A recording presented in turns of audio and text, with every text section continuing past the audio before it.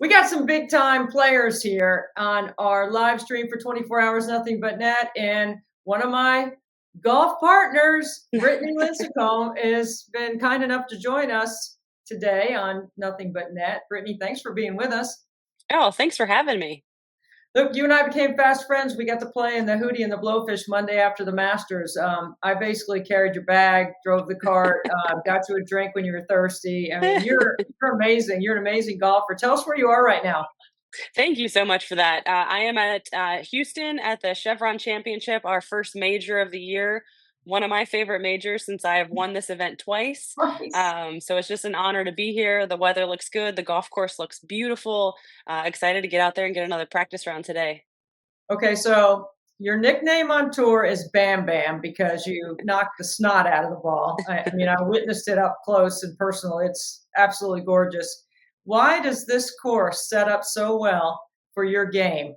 Because you've won this event twice. Yeah, it's definitely a long hitters course. To be fair, it was a different course when I won it twice, but nevertheless, it's a long hitters course. You have to drive it in the fairway. The greens are probably the trickiest part here. So, if I can get that putter rolling, there's no reason why we can't be on that leaderboard. But a lot of the holes go right to left, which is great for me. I love hitting the draw. So a long hitting course, hit in the fairway, and then make a few putts, and we'll be right there. I'm telling you, you're going to have a lot of fans after this interview because our people are very supportive of others that have been on this live stream. You're kind of new to the live stream, and we're new to our friendship.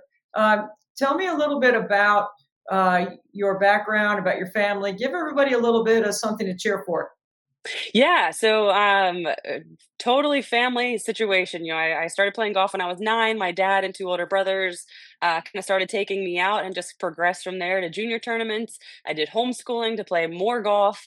I turned pro out of high school, and here I am, 20 years later, still playing this great game of golf and doing what I love. It's cutting back a little bit now that I have two small kids, but still playing enough just to kind of get my toes wet every now and again and still come out and see some friends and hang out for a little bit.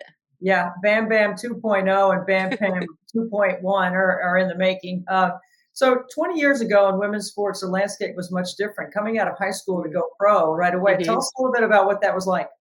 Yeah, obviously very stressful. You have no idea, you know, whether you're going to make it, whether you're not going to make it. So was it? Do we go to college? Do we try to turn pro? A lot of decisions to be had. Luckily I had such a wonderful family support. My dad caddied for me my first 2 years on tour, so they traveled every week. Still to this day, if I didn't have my daughter in kindergarten, they would still be here with me right now. They love coming out. They love supporting, and I think that's what kind of got me through. When you are transitioning from one job to the next and turning pro. I didn't know any girls out here. I didn't know what to expect, and to have my family behind me and supporting me and helping me along the way was very helpful. Brittany, tell me what it was like day to day, like Mm. being on the tour when you were 18 years old with your dad. I mean, there weren't very many young women at 20 years ago that were doing that, and now it Mhm. seems more commonplace that young women are coming out and playing a lot earlier on the tour. So, kind of give us a little bit of background on that. Yeah, it's kind of been like a ebb and flow situation. When I was at the past champions dinner last night, talking to the legends players, none of them went to college. They needed to start making money. There was no option to go to college, and then there was kind of a cycle of a few going to college. I was a exception, but now it's great seeing girls go to college. It's something to fall back on. Golf is a hard game. You don't know if you're going to make it, so why not go get that at least 2 year degree, maybe 4 year degree, learn to travel as a team, learn to play new golf courses, meet new people, learn a few things along the way, and then try to turn pro. So there's not one way that it's different for everybody. So you just got to figure out which one fits you the best and go with it, I guess. So we were riding around in the golf cart. We talked about a lot of different things that Monday after the Masters. One of the things that I was curious about is I ask all women this that have careers because we're all doing a similar thing. We're trying to Mhm. balance family with our career, but there really is no balance. I like to say it's a rhythm. What's Mm. the rhythm of your day like now with your kids and with your husband and trying to balance everything that you're trying to, you're not full time back on tour. You're coming back part time Mhm. right now. So Mhm. you're tell us how all that's working. Yeah, it's definitely a learning game along the way. Like I said, my 5 year old's in kindergarten, so that's a little bit different. Previous years, I could just pack up 1 kid, 2 kids, take them on the road. Getting to show them the world has been really cool. A lot of kids don't ever get to, travel as much, so to be able to show them, what mommy does, hopefully they remember it, down the line sometime. But so now with a daughter in kindergarten, it's a little bit trickier. Obviously, they're home this week, just because she couldn't miss school. So it's my parents are very helpful, husband's very supportive. But at home, I've been trying to get in a better routine of dropping her off at kindergarten, maybe going to the gym. The 2-year-old still has to take a nap every day, so just getting all those things in, it's been fun to try to figure out. It's so rewarding. I mean, I would not change it for anything. I love having kids, and they're the best. They're the cutest little things. What's the routine for practice? Like, how much time do you spend in the weight room? How much cardio? And then how much hitting golf balls right now? Yeah, not so much practice these days, unfortunately. I play on Fridays with our director of instruction, maybe 1 or 2 extra days in there, but um, the kids take up a lot of time. Mhm. Like I said earlier, trying to get in a rhythm, dropping her off at kindergarten, go work out for an hour or two, and then come home and then start nap, lunch, all that good stuff. So I'm definitely learning, trying to get in a rhythm. It's tricky. Every day is different though. Something, throws a wrench and you just got to kind of roll with it. Obviously, with kids, but yeah, it's fun to try to figure out and see what we can squeeze in on the day. Okay, so in basketball, for me, at my age, doing what I'm doing, I have muscle memory and I have the Mm, ability to self correct. So if I miss, I know why I missed it. mhm. Typically, I can, either it came off the side of my hand or my elbow was under the ball. I mean, I've got my shooting technique down. I wish it transferred to putting. For some reason, for me, and the golf, all of it, the golf swing, all of it. Like it's not the same like riding a Yeah. bike, like shooting a free throw for me. Yep. So what is the complement in golf to what I'm talking about as far as muscle memory and self correct? Yeah, I wish it was. The putting is the hardest part for anybody at any level. My driver is my favorite club in my bag. And same with your free throws. When it goes left, that's my miss. I know it's going to go left. I know it's never going to go to the right. And you have it ingrained. Like I've eliminated the whole right side of the golf course. If it goes left, I'm like, great. I know how to fix it. Easy. No worries. Putting, it seems, say on a Thursday, I'm doing one thing and I try to do that Friday and it doesn't work. It's not the same. It doesn't feel the same. It's always So, different. so a professional golfer, for all of us amateurs out there in the world of golf that have been playing for decades, you got the same, like, it's the same for you. It's 100%. like, when I see a pro 100%. golfer take two in the bunker, I kind of go, oh, all right, they're normal, like regular people. Yep. Don't let us confuse you either. We shank it just as much as you guys do. So they just don't always get those on the camera. I'm sorry, didn't mean to interrupt you. I just was caught off guard by, you saying putting on Yeah. Thursdays are the same as Yeah. Friday. Yeah, it's always different. I think that they say that's why we love the game so much because it's always changing. One day you could shoot 65, the next day you could shoot 75 and you ate the same meal, you did all the same things, but golf is never the same. It's always different. So, it's a love-hate for sure. So the LPGA Tour, to me, is getting more popular.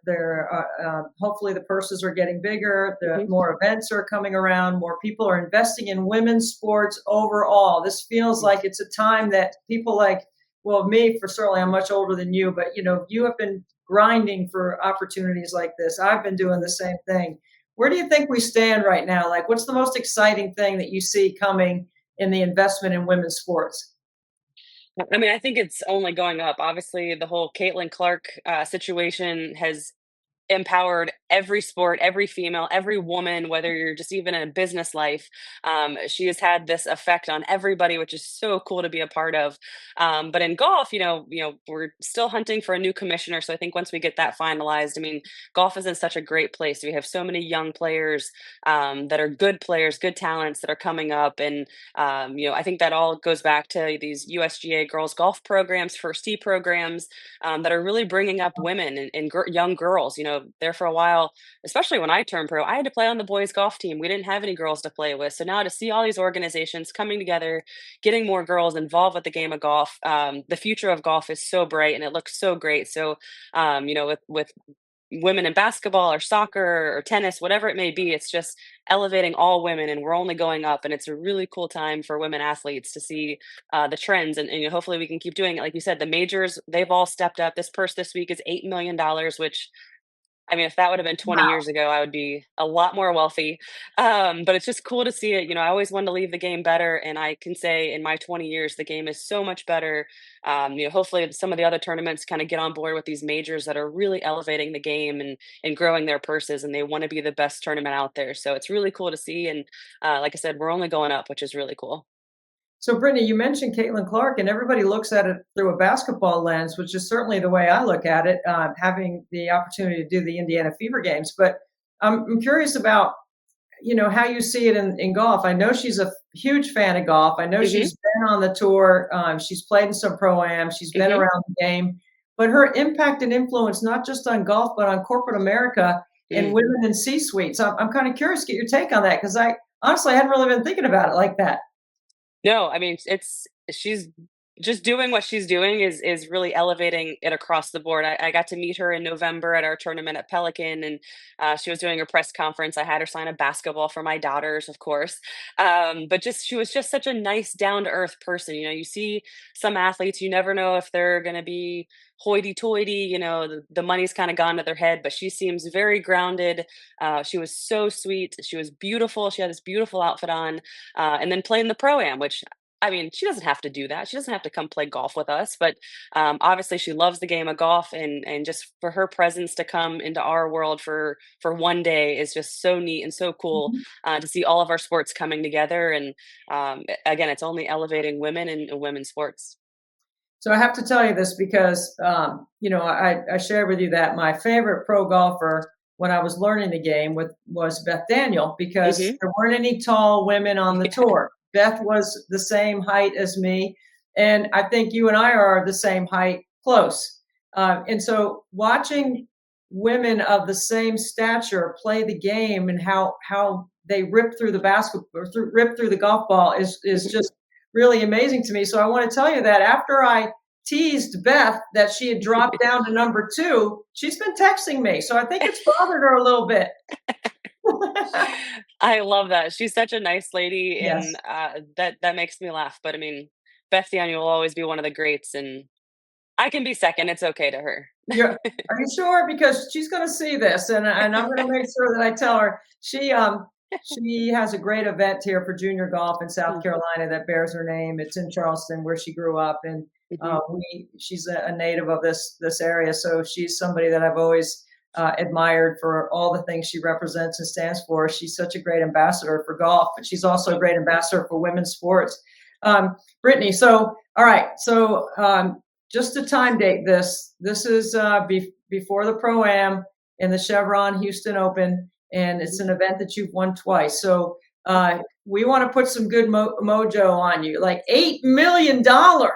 Okay, I just raised 1 million. I can't imagine winning that amount of money No.